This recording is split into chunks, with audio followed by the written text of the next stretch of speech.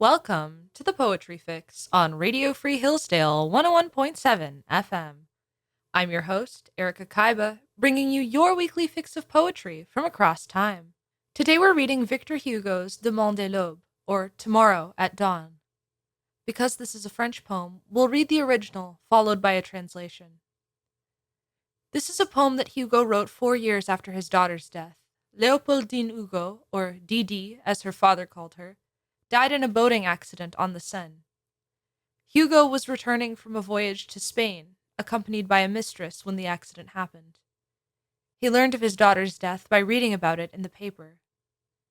By the time he finally arrived back in Paris, it was almost a week since the tragedy had taken place. Léopoldine's death destroyed Hugo. In the shock and grief of the aftermath, Hugo could not even bring himself to attend his daughter's funeral, something he reflected on with much regret later in life. As it turns out, when Hugo writes Demain de l'aube, which describes his journey to visit his daughter's tomb, he's not writing about a regular pilgrimage to the burial place of a loved one. He's writing about the first time that he visited her tomb, 3 years after she's been buried.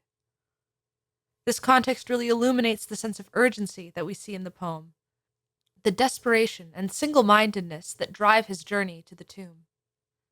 We're looking into the heart of a man who has delayed the rites of grief far too long, and he knows it.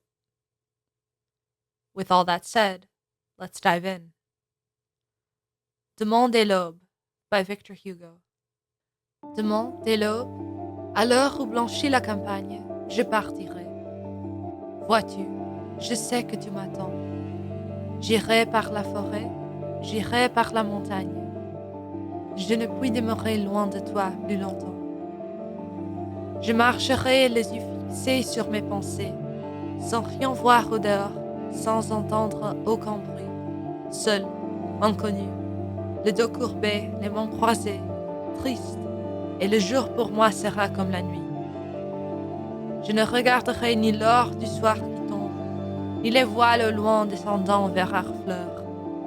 Et quand j'arriverai, je mettrai sur ta tombe un bouquet de houverts et de bruyères en fleurs.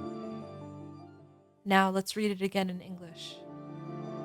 Tomorrow, at dawn, when the countryside turns white, I will leave. You see, I know you are waiting for me. I will go through the forest. I will go across the mountains. I cannot stay away from you any longer. I will walk with my eyes fixed on my thoughts, without seeing anything outside, without hearing any noise, alone, unknown, back bent, hands crossed, sad, and the day for me will be like night. I will not watch the gold of the falling evening, nor the sails in the distant descending towards Harfleur, and when I arrive, I'll put on your grave a bouquet of green holly and flowering heather. You've been listening to The Poetry Fix with Erika Kyba.